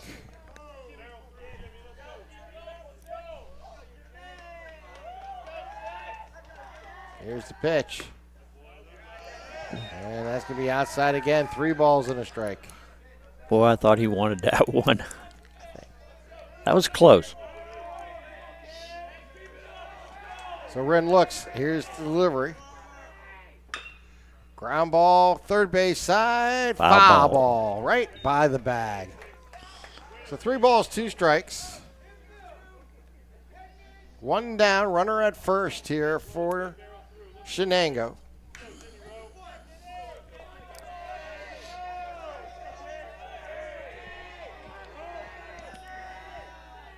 Anderock takes his lead at first. Wren checks on him. And we got a batter's timeout.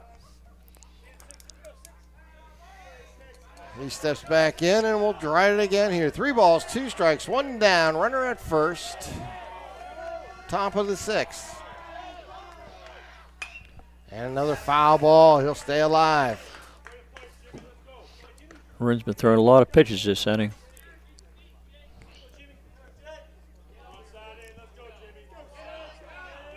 Anderock takes his lead from first. Here's the pitch. That's going to be, I was wrong. It's down 3 balls, 2 strikes. So now the count's full, 3 balls, 2 strikes. Throw over to first, and Anderock scoots back with the hand.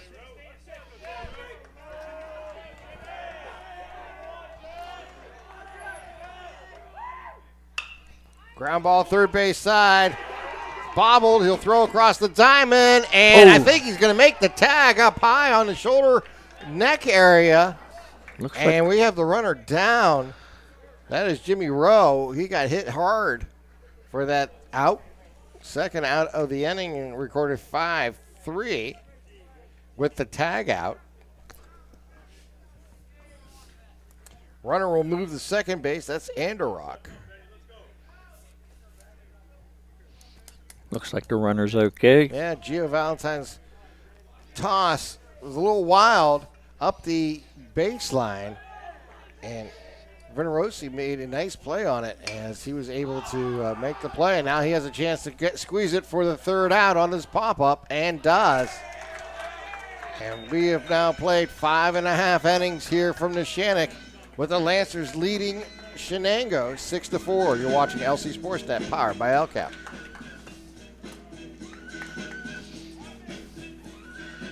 Don't get left out to dry. Call the Penn Ohio Bottled Water Company for the fastest and most efficient bottled water delivery service in the area.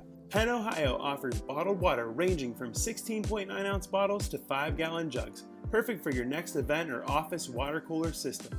Also, don't forget to ask about their custom labeling options. Visit PennOhioBottledWater.com for more information and to get a quote on their delivery services. Whether it's at home, in the office, or on the sidelines, Penn Ohio has you covered.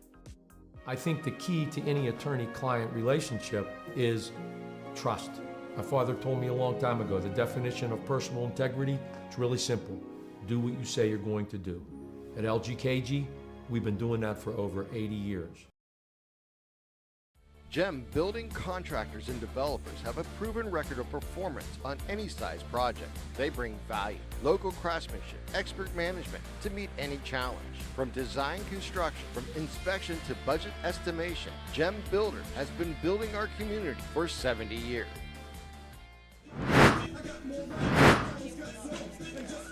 Hooks enters his 2nd inning as the pitcher here for Shenango. As we move to the bottom of the 6th inning.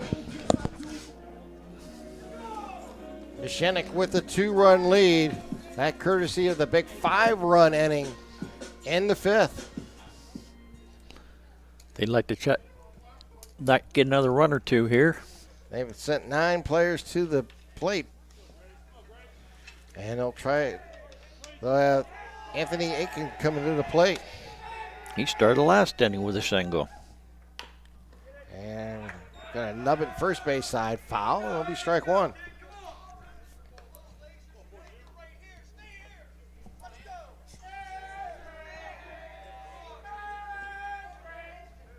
So Hauk working from the third base side of the rubber.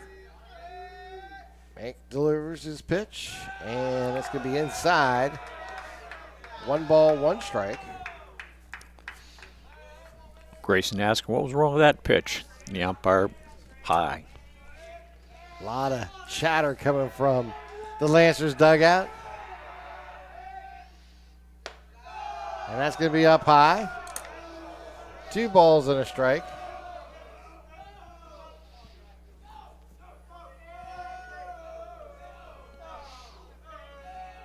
Here's the pitch.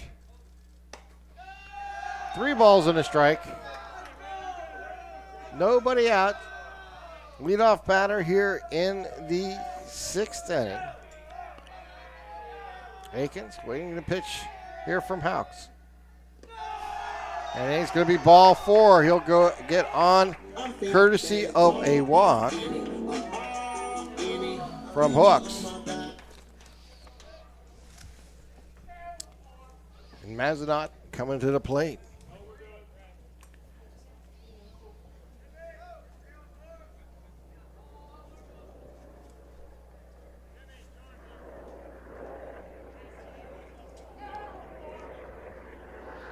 Aikens takes his lead. Here's the pitch. And that's going to find the strike zone, and it's no balls and 1 strike.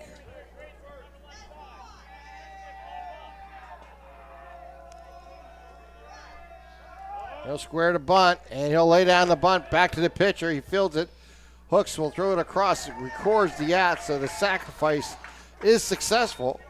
Moves the runner down to second base with 1 down on the sack bunk. Nice fundamental baseball by Neshannock there.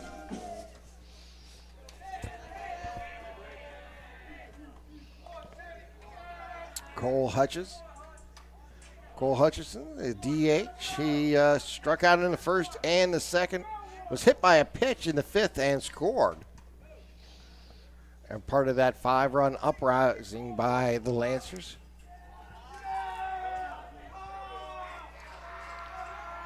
Takes second base is Aikens. Here's the pitch. Up high.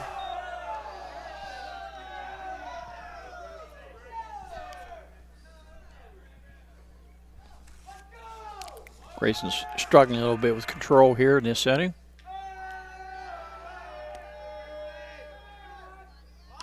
Yeah, punt back to the screen.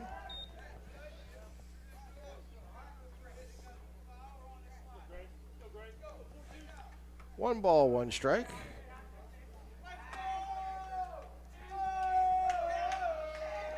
Not sure that bunt was had to be trying to get a base hit there, catch him off guard possibly. You're with 1 out, you don't really need to move the runner to third with sacrificing. There's a strike. I don't think he's expecting that pitch. Yeah. Sort of nice, froze. Yeah, I was going to say, it's a nice little slurve there.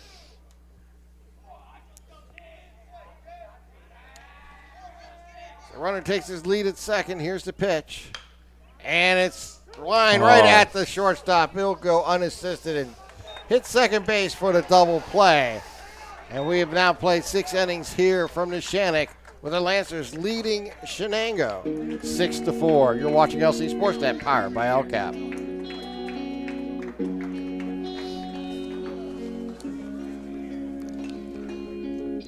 Looking for a unique way to expand your business? Advertise on the Lawrence County SportsNet and be seen by thousands of viewers in the area and around the country on over 100 broadcasts each year.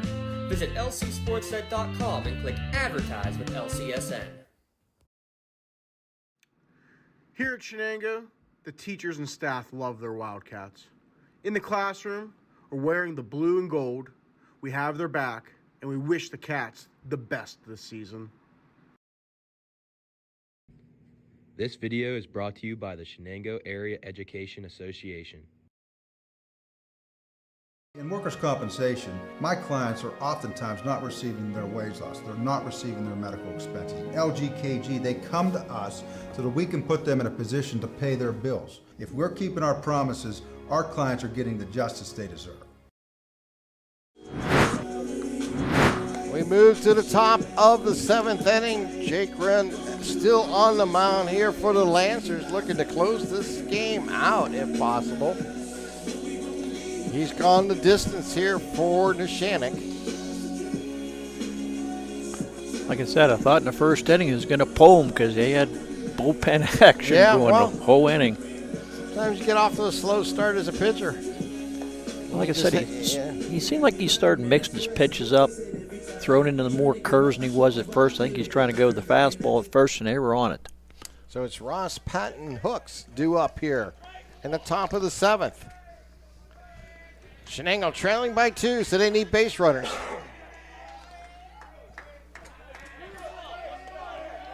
Britton delivers, and it's fouled straight back. Strike 1. Trey Ross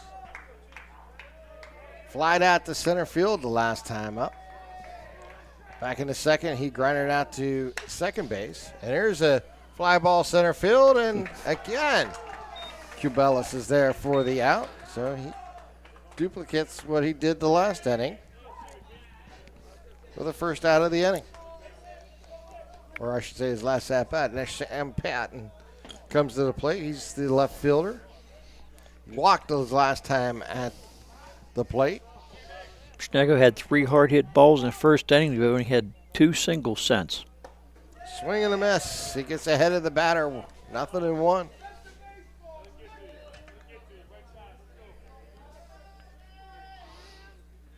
Wren. Ground ball, third base side foul. And he's ahead of the batter now, 0-2. Jake Wren.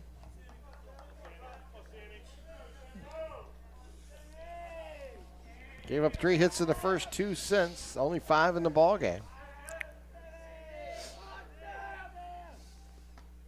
That's going to go outside. Make the count 1 ball, 2 strikes. To the batter, Sam Patton, with 1 down. Good block by Luco. And that's up high. It'll even the count at 2-2. Shenango needs some base runners now. Here's the pitch. Another foul ball at third base side, and we'll do it again at 2-2.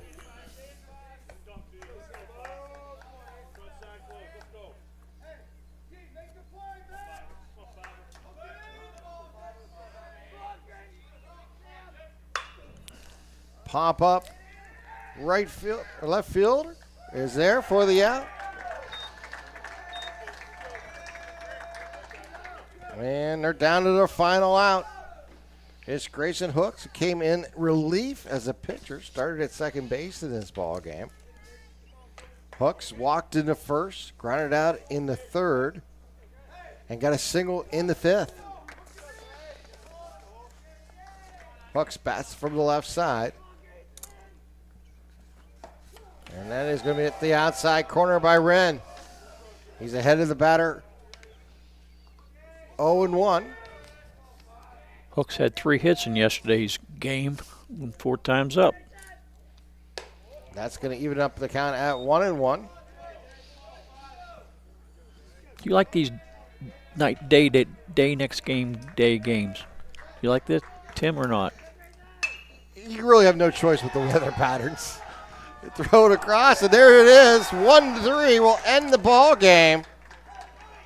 Jake Wren goes the distance and picks up the win here for Neshannock, aided by a big 5-run 5th inning as the Lancers come back from trailing 4-1 after 1 to take the lead 6-4 to win it here tonight, 6-4 over Shenango. Let's take a timeout. We'll come back. We'll wrap it up here from Shenango. Once again, the Lancers a victory over Shenango, 6-4. You're watching LC SportsNet, powered by LCAP.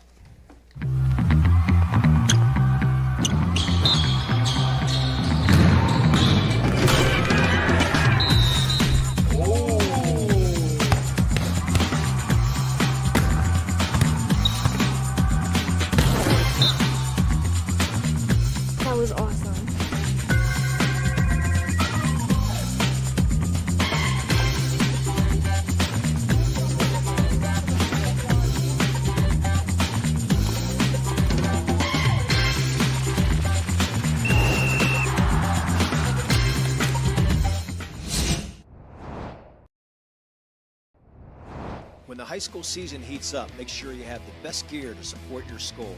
Head to the Red Zone on Wilmington Road in Neshannock for all your county sporting apparel needs. From sporting goods to custom apparel to embroidery and more, the Red Zone has it all. Quality gear for all 8 schools in the County of Champions. Stop by and enter the Red Zone or visit them online at theredzonesports.com. Score big at the Red Zone.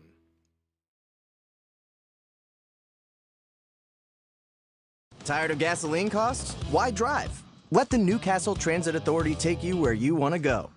Serving the city of Newcastle and stops throughout Lawrence County, as well as weekday service to Pittsburgh. Public transportation just makes sense. Why drive when you can relax and ride? For more information or for route schedules, log on to newcastletransit.org. The Newcastle Transit Authority, going your way. And remember, senior citizens ride free.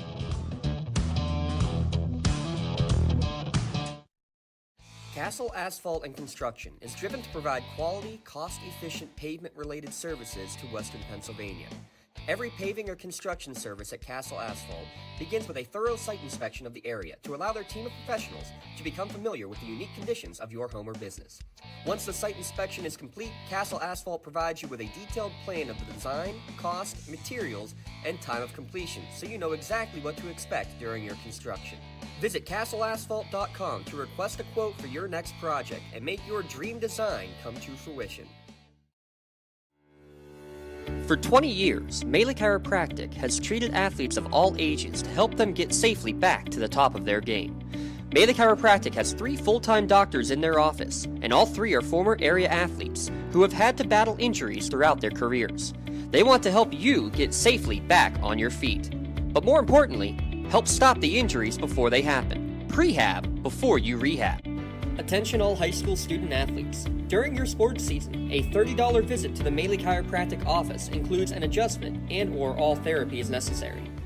From the athletes of tomorrow to the weekend warriors and everything in between. Let Melee Chiropractic keep you in the game. For more than 120 years, people have relied on Martindale Hubbell's preeminent rating to select their attorneys. If you've been involved in an automobile accident, you should do the same. At LGKG, we have been preeminently rated for over 40 years. Welcome back here to Neshannock as the Lancers come away with a 6-4 victory here today over Shenango. A come-from-behind victory as they scored 5 in the 5th inning to overcome a 4-1 deficit at that moment as they went on to a 6-4 win behind pitcher Jake Wren, who gave up 4 in the first, but from that point on was basically nails. He only gave up a couple base hits the rest of the way as Shenango falls to Neshannock here today, 6-4. Here's my partner, Jay Moan, with a little wrap-up. Okay, for the Shenango, they started out really strong with 4 runs in the first inning and 3 hits in the first inning. And after that, they had 2 lonely singles. And for Neshannock, they started out with a run in the first on 1 hit. And I think they had 2 walks in there.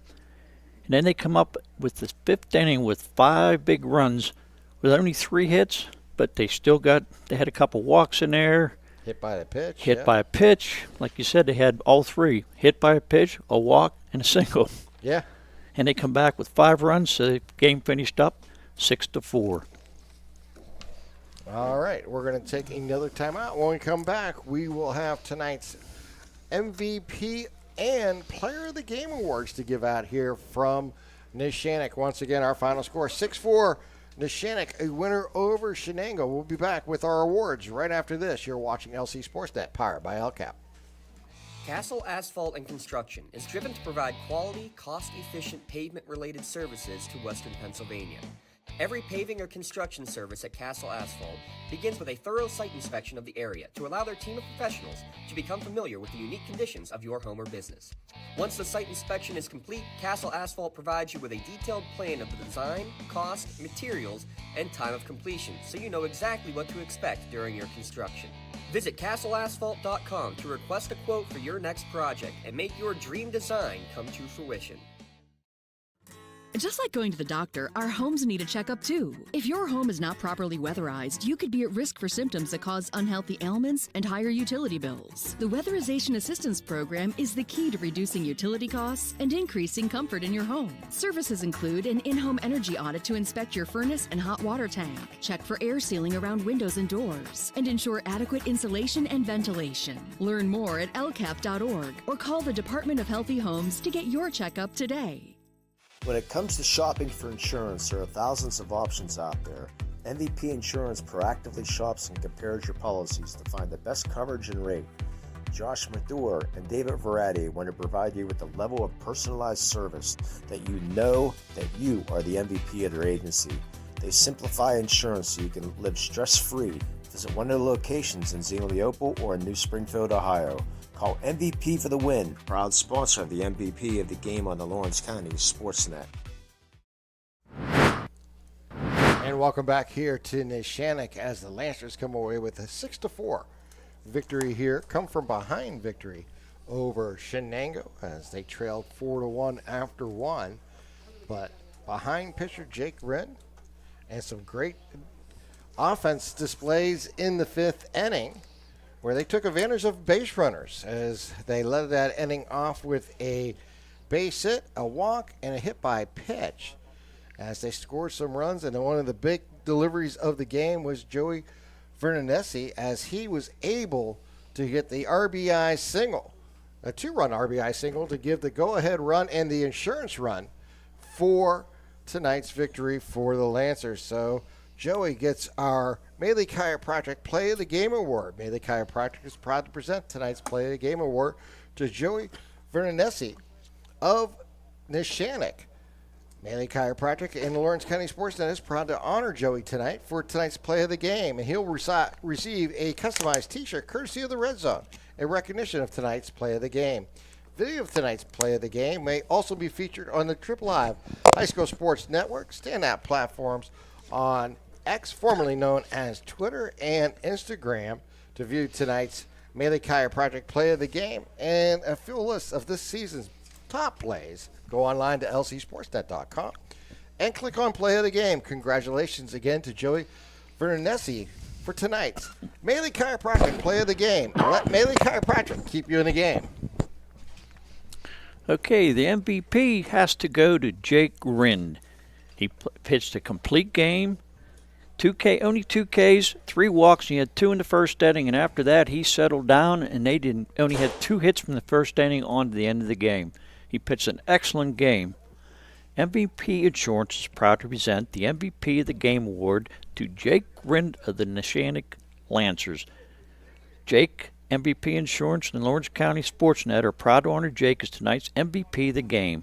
Jake will receive a customized T-shirt courtesy of the Red Zone in recognition of being named tonight's MVP of the game. To view the full list of this year's game's MVPs, go online to lcsportsnet.com and click on MVP of the game. Congratulations to Jake Wren of the Neshannock Lancers for being named tonight's MVP of the game. MVP Insurance, call MVP for the win. Well, got to give it up to Neshannock, hanging in there, waiting for their opportunity, taking advantage of the fifth inning, scoring 5 times, coming from behind, down 4-1, as that prevents Shenango from getting a sweep of the series this year. They haven't had one since the early 2000s. Yes, I think it might have been 2004. No, it was even before 2004. Oh, wow. James said he went back that far, and they hadn't had one, so before 2004. Yeah. So that just tells you that these two schools play pretty evenly over the years. And, again, there it goes. So, Jay, it was great to see you. Great to come in late and be able to join the broadcast. And, of course, want to thank all our partners here who've done a great job producing, and cameramen here tonight. And, of course, to James Dawson, the man, the myth, the legend, who continues to impress with his ability to multitask. Holding a baby in one arm and producing. And keep a score of a game. Yes. He is, without a doubt, one of the more unique people you'll ever come across, and we thank him for everything he does here for LC SportsNet.